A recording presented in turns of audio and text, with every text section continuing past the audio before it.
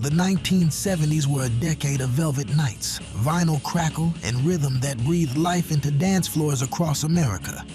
Some groups lit up the charts, while others sparked debates at barbershops, backyard cookouts, and late-night radio talk shows. And trust me, one group in particular stirred up more heated arguments than you might remember. Let's dive in. Number 15, the Bee Gees.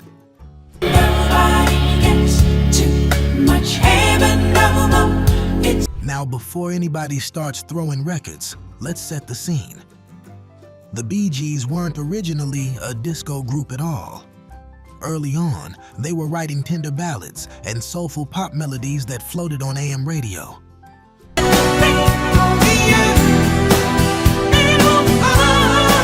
But when Saturday Night Fever hit in 1977, their sound became synonymous with disco's explosive rise, and later, its very public backlash. Many R&B and soul fans saw the Bee Gees' massive success as overshadowing black artists who had built the foundation of the genre. Radio stations were shifting playlists. Benco floors moved from local bands to mirror ball glamour.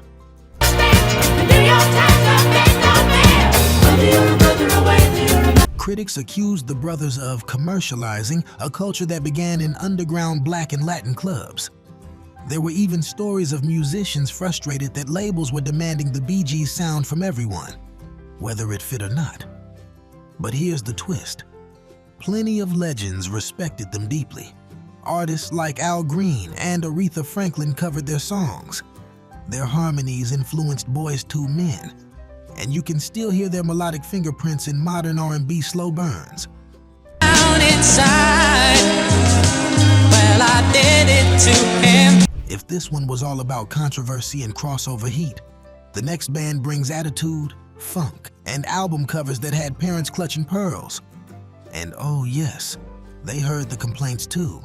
Number 14, the Ohio Players.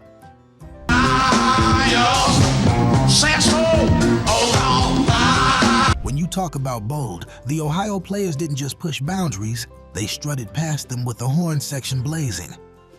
Coming out of Dayton, Ohio, they built a sound that fused funk, R&B, and jazz with a swagger that was hard to deny.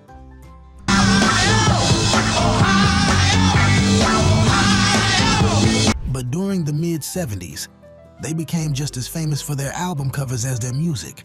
Those covers, provocative, and provocative, had pastors preaching sermons, parents hiding LPs in closets, and radio programmers hesitating to spin their records during daytime hours.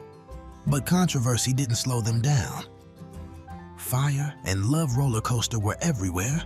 Packed dance floors, car radios, skating rinks at midnight. There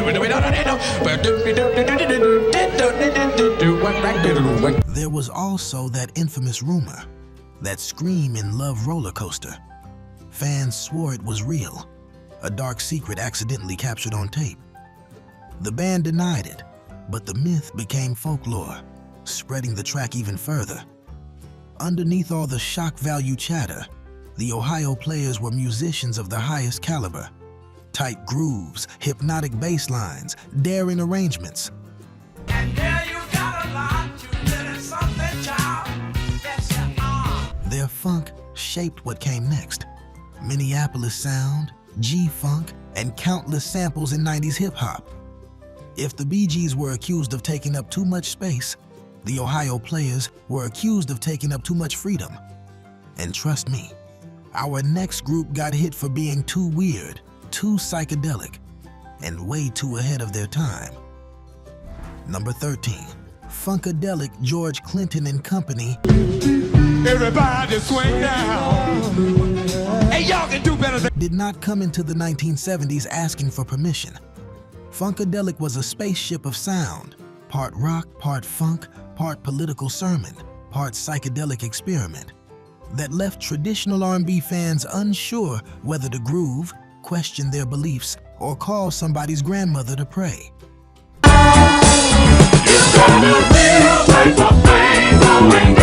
Their 1971 album, Maggot Brain Alone, split listeners straight down the middle. Some called it genius, Others said it sounded like a guitar crying on the front porch after the world ended. Funkadelic challenged every rule of radio formatting, fashion, rhythm, even what a band could be.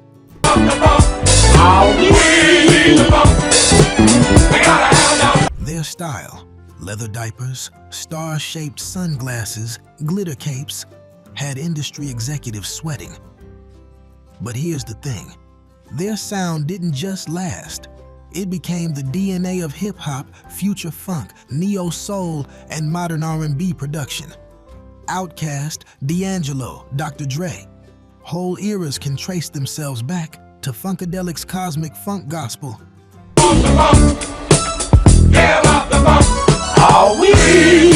If Funkadelic was too strange for some folks, the next band was too smooth and got dragged for it their entire career. Number 12. The Stylistics. It's never too late to start. Now, nobody can deny the beauty of those soaring falsettos and silky arrangements. But in the 1970s, smooth could be a blessing or a curse. All the time, does it ever puzzle you? The Stylistics were masters of romance, sweeping strings, whisper soft vocals, and songs that felt like candlelight gliding across a dark living room. But to some R&B listeners, especially the ones craving grittier, funk-forward sound, the group came off as too soft, too polished, too pretty.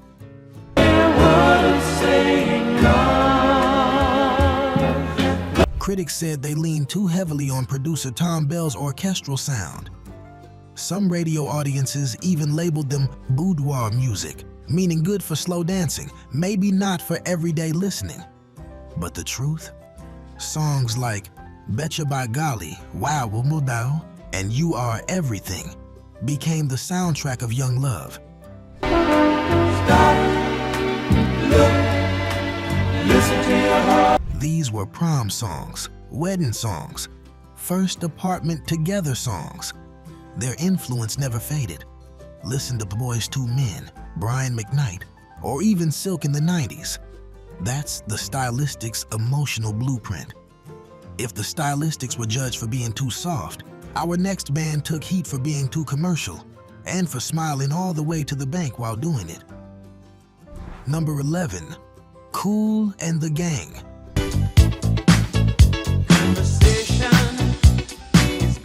Long before the wedding reception favorite, Celebration, Kool and the Gang were a jazz-rooted street-level funk band.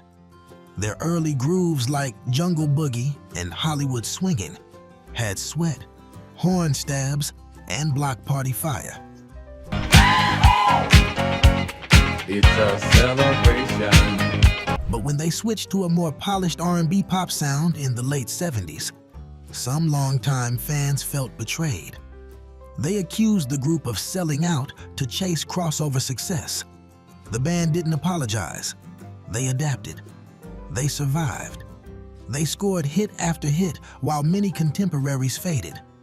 Oh, yes, it's ladies' night. Oh, what a night. Oh, what a night. And yet, among funk purists, the debate still lives. Were they geniuses of evolution, or did they soften the funk too much? But step back and listen. Their versatility shaped decades of music. Hip-hop artists sampled them endlessly. Weddings, roller rinks, backyard cookouts. Kool and the Gang remained joy personified. Love, and I won't lie. She's my girl and If this was a story of commercial transition, the next group sparked criticism simply because they dared to blend genres that weren't supposed to mix. Number 10, Earth, Wind, and Fire.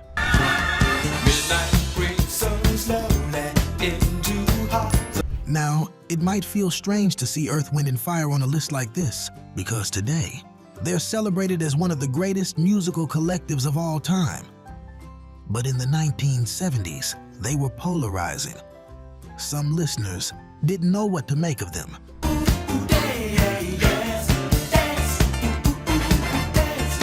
They were R&B, yes, But they were also jazz fusion, African mysticism, funk, spiritual celebration, and full theatrical spectacle. To certain soul traditionalists, they felt too cosmic, too conceptual, too polished, almost like they were showing off. Maurice White crafted a band where choreography, horn charts, kalimbas, Egyptian iconography, and celestial imagery collided.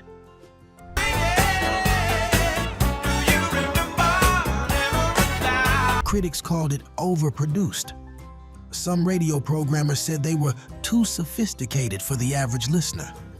And trust, those elaborate stage shows broke budgets and redefined what live performance could be. Yet today, everyone from Beyoncé to Anderson would pack pulls from their playbook.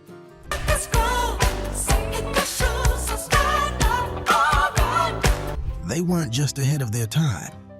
They were building the future in real time. If Earth, Wind, and Fire were criticized for aiming for the stars, our next band was dragged for leaning too deep into the sensual side of the soul spectrum. Number 9, the Isley Brothers.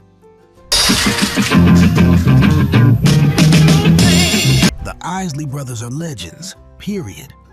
But the 1970s marked a shift that had older fans clutching pearls and younger fans turning the lights way down low. When they moved into their sensual, slow-burning, bedroom-deep groove phase, some critics accused them of being too explicit, too suggestive, too grown folks only.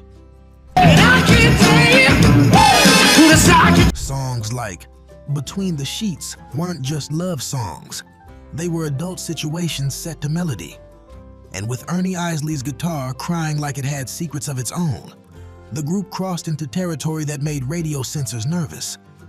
Meanwhile, the band kept reinventing. They were doo-wop, gospel, rock, soul, funk, quiet storm, R&B, all layered in one. But with evolution comes backlash. Old fans complained they changed too much. New fans embraced them harder.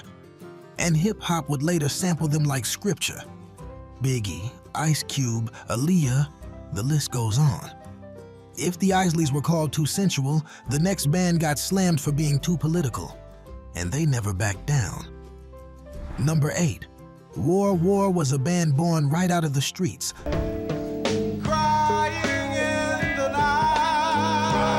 Multi-ethnic, multi-genre, and unafraid to say exactly what they meant. Their music blended funk, rock, Latin percussion, and blues into something that sounded like neighborhood life itself. The world is a ghetto. Why can't we be friends? Low Rider. These weren't just songs, they were observations. Poetry pulled straight from sidewalks, storefronts, and late-night stoop conversations. But that honesty came with backlash.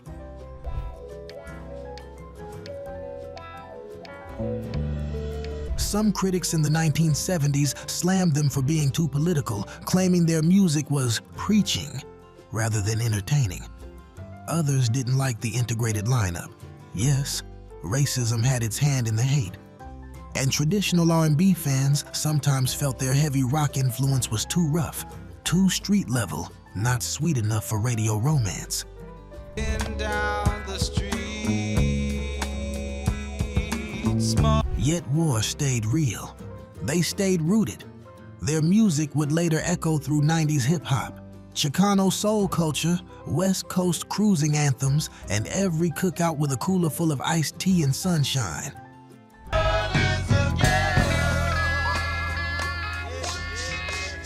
If war brought the truth to the table, our next band brought the controversy of image. Because sometimes the look of a group was enough to stir arguments.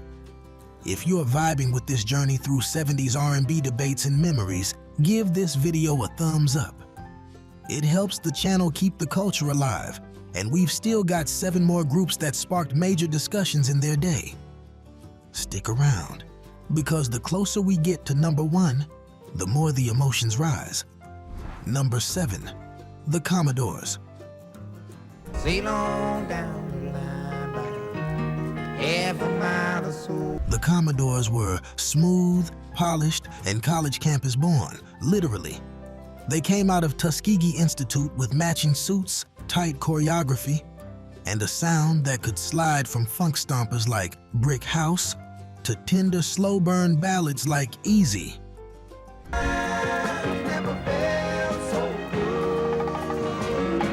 But that range was exactly why they drew criticism in the 1970s. Funk purists said they went too soft. Soul traditionalists said they went too pop. And when Lionel Richie's songwriting began leading the group toward gentler, radio-ready hits, longtime fans accused the band of leaving the funk behind.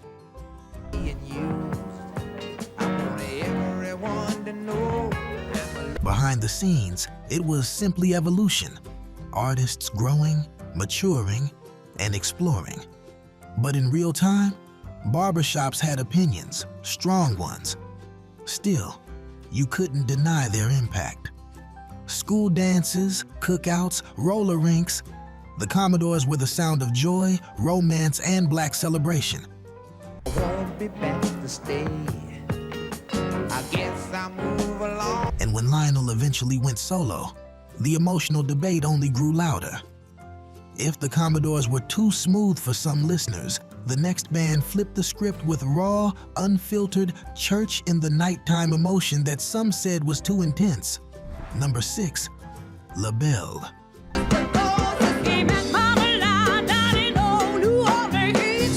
Before there was Lady Gaga, before there was Beyoncé in her futuristic eras, where stadium pop couture was mainstream, there was Labelle. Patti LaBelle, Nona Hendrix, and Sarah Dash stepped into the 1970s wearing space-age costumes.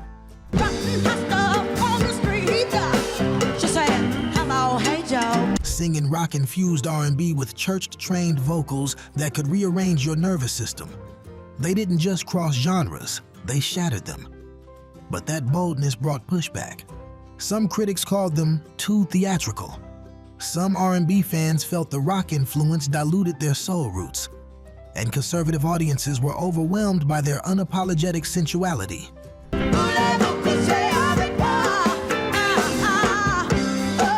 Black femininity and stage power. They weren't dainty, they weren't modest.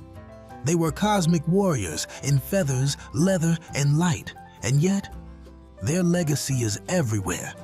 Every powerhouse vocalist with sci-fi fashion energy?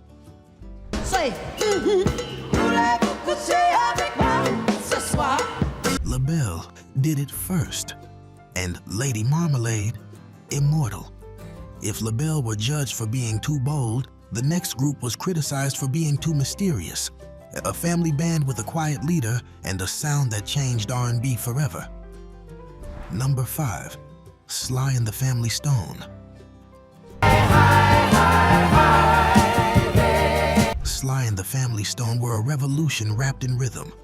A fully integrated band, black and white, men and women, all in one lineup, was nearly unheard of on big stages in the late 60s and early 70s. Their sound was electrifying. Funk bass lines that slapped before bass players were even calling it slap. Psychedelic keys, socially conscious lyrics, and harmonies that sounded like the future trying to break free. But the same intensity that fueled their genius also drew heavy criticism. Some fans felt their shift from upbeat sunshine psychedelic funk into darker, heavier grooves marked by "there's a riot going on" was too grim. Too cynical. Music critics argued that Sly's creativity was slipping under the weight of the era's struggles, civil rights fatigue, internal tensions, and Sly's increasingly public battles with substance use. Yet, even at their most controversial, the band was redefining everything: stage presence, band structure, the sound of funk itself. Without Sly and the Family Stone, there is no Prince, no D'Angelo, no Childish Gambino's "Awaken My Love."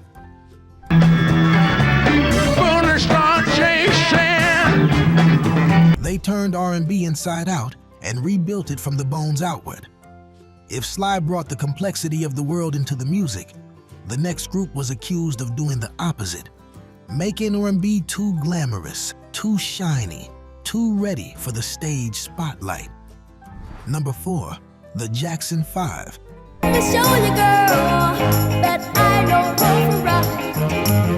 When the Jackson 5 took over the early 70s, they became a phenomenon. Bright smiles, matching outfits, choreography tighter than a drum line, and a young Michael Jackson who could sing with grown man emotion at the age of 12.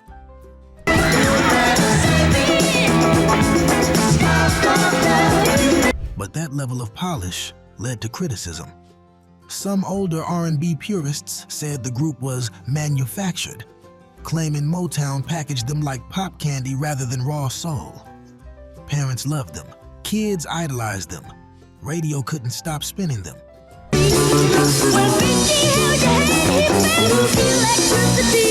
But in certain circles, there was side-eye. Were they too perfect, too rehearsed, too mainstream? And when their fame skyrocketed, some accused Motown of overexposure, putting the group in every medium from cartoons to lunchboxes. And yet, look at their ripple effect. The harmonies, vocal stacking, youthful emotional storytelling.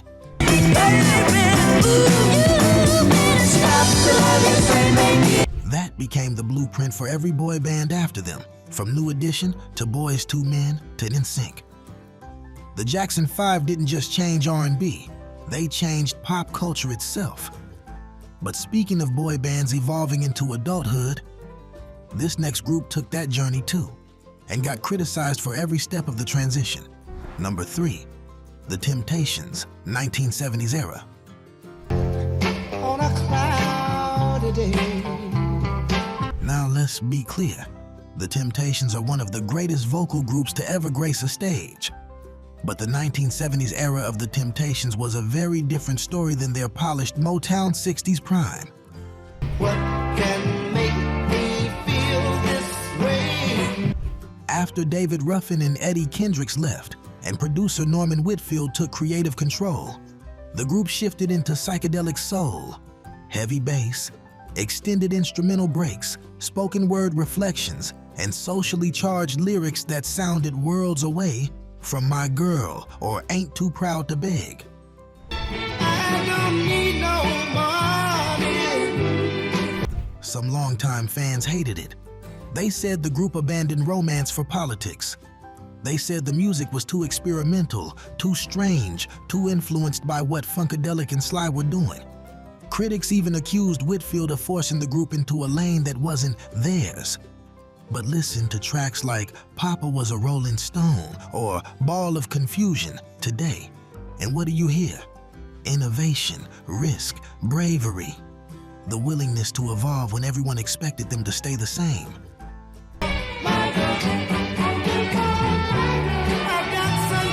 And that's exactly why their legacy expanded instead of fading. If the Temptations were criticized for getting too serious, our next group was blasted for keeping things too playful, even when their musicianship was next level. Number 2, Parliament.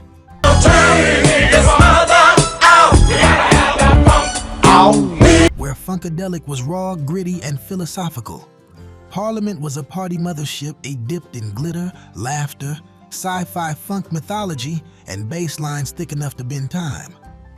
George Clinton created 2 bands with 2 different emotional missions, and Parliament's mission was simple: joy. Big, loud, unapologetic joy.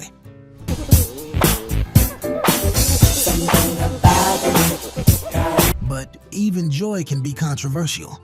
Some critics claimed Parliament was goofy, that the costumes, characters, and cosmic mythology made them less serious musicians. Others said the grooves were repetitive, and some traditional R&B audiences felt their brand of funk was too loud, too theatrical, too strange to understand. But here's the truth. Parliament's grooves became the backbone of G-Funk, neo-soul, and modern R&B production. The girl's a freak, the girl never misses a beat, yeah. Dr. Dre's entire sonic architecture owes a thank you note to Bootsy Collins' bass. Kendrick Lamar's layering straight from the mothership. They weren't just making music, they were building culture. And if Parliament had the world dancing in outer space, our #1 band had critics arguing, fans worshiping, and historians still debating their legacy to this day. Number 1, the Jacksons, Post-Motown era. But I had you to myself. When the Jackson 5 left Motown in 1975 and re-emerged under a new name, the Jacksons, the conversation around them exploded. Suddenly, they weren't just America's sweetheart teen group anymore. They were young men, writing more of their own material, shifting into funk, disco, grown R&B, and claiming creative control.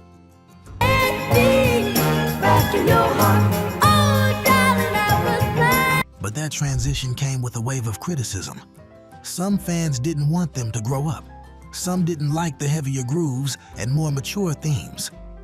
Industry critics said they were trying too hard to be like Earth, Wind and Fire. And when Michael's star began to shine brighter than the group itself, the whisper started. Is he outgrowing them? Is the band holding him back? Even the name change drew heat. People claimed the new sound wasn't them.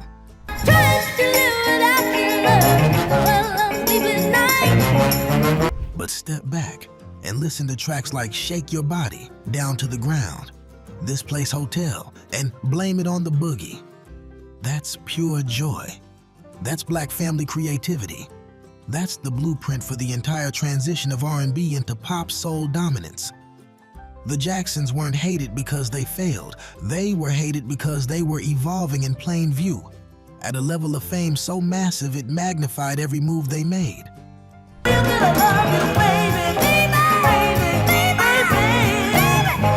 And yet, they still shape the future of R&B, disco, and the foundation of modern pop performance. Hated, debated, pressured?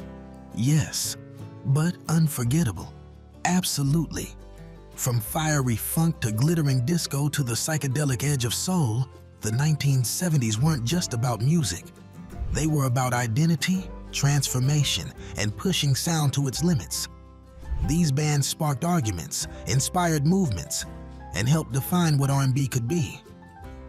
Thanks for taking this soulful ride with us.